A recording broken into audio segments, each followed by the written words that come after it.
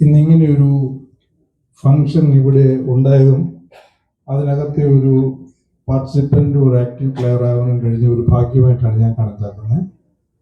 അതിന് 2-3 കാരണങ്ങളുണ്ട്. ഇപ്പോൾ ഫിലിമിനെ പറ്റി പറഞ്ഞു, ഫിലിമിൻ്റെ ബാക്ക്ഗ്രൗണ്ടിനെ പറ്റി പറഞ്ഞു, അതിനകത്തുണ്ടായ ആ ഡെവലപ്മെൻറ്റ്സ് എല്ലാം പറഞ്ഞു. പക്ഷെ എന്നെ സംബന്ധിച്ചോളം ഇതൊരു താങ്ക്സ് ഗിവിങ് ഫോർമാലിറ്റിയാണ്. കാരണം ഈ പടം ഏതോ ഒരു ഗിഫ്റ്റ് പോലെയാണ് എൻ്റെ അടുത്തെത്തുന്നത്.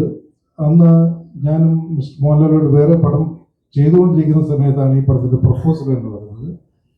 നമ്മുടെ ഒരു കോമൺ ഫ്രണ്ട് പ്രിയനുണ്ട്, ഉണ്ണിയും ദിനേശും ഒക്കെ ആയിട്ട് പരിചയപ്പെടുന്നു. ഈ ഫിലിം വന്നപ്പം ഇങ്ങനൊരു ഔട്ട്സ്റ്റാൻഡിങ് ഫിലിമാണെന്നൊന്നും സത്യത്തിൽ ജഡ്ജ് ചെയ്യാനുള്ള കഴിവ് എനിക്കില്ലായിരുന്നു.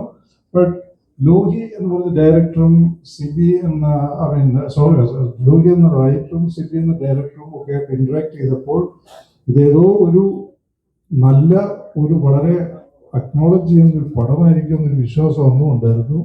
അങ്ങനെ ഞങ്ങൾ അതിനെല്ലാം ബിസിനസ് കാര്യങ്ങൾ സംസാരിച്ച് ക്ഷയിക്കാൻ കൊടുത്തു. ആ പടം ഞാൻ ഈ പടം വരുന്ന സമയത്ത് ചെയ്തുകൊണ്ടിരുന്ന അതിന് മുമ്പും അത് കഴിഞ്ഞും മിസ്റ്റർ മോഹൻലാലുമായിട്ട് 10-18 പടങ്ങൾ ചെയ്തപ്പോൾ അതിനകത്ത് ഒരുപാട് സൂപ്പർ ഹിറ്റ്സും ചില പടങ്ങൾ മോശമായിട്ടുണ്ട്. ഈവൻ അതർവൈസ് സിനിമയ്ക്കകത്ത് അപ്സ് ആൻഡ് ഡൗൺസ് ആണ്. But great films came from mister Mohanlal and I am grateful to him for that also. കാരണം ഇത്രയും എൻ്റെ ബാനറിന് ഏറ്റവും സ്ട്രെങ്ത് ഉണ്ടാക്കി തന്നത് മോഹൻലാൽ ഫിലിംസ് ആണ്. എല്ലാവർക്കും നമസ്കാരം. കിരീടം എന്ന സിനിമ ഇപ്പോൾ 37 ഇയേഴ്സായി റിലീസായിട്ട്. പക്ഷെ ഞാൻ എവിടെ പോവുകയാണെങ്കിലും ഇപ്പോഴും അതിലെ ദേവിയെ പറ്റിയാണ് എപ്പോഴും എന്നോട് ആൾക്കാർ പറയാറ്. അതെനിക്ക് അന്ന് തൊട്ട് ഇന്ന് വരെ അപ്രീസിയേഷൻ കിട്ടിയ ഒരു ക്യാരക്ടറാണ്. എന്നെ 2-3 ദിവസം മുമ്പ് സിബി സാർ വിളിച്ചപ്പോൾ ഞാൻ ഉറപ്പായിട്ടും വരാമെന്ന് പറഞ്ഞു. കാരണം എനിക്കൊരു കടം വീട്ടാനുണ്ട്. ഞാൻ ഇത്രയും വർഷമായിട്ട് ആരോടും ഞാനൊരു നന്ദി ഇതുവരെയും പറഞ്ഞിട്ടില്ല.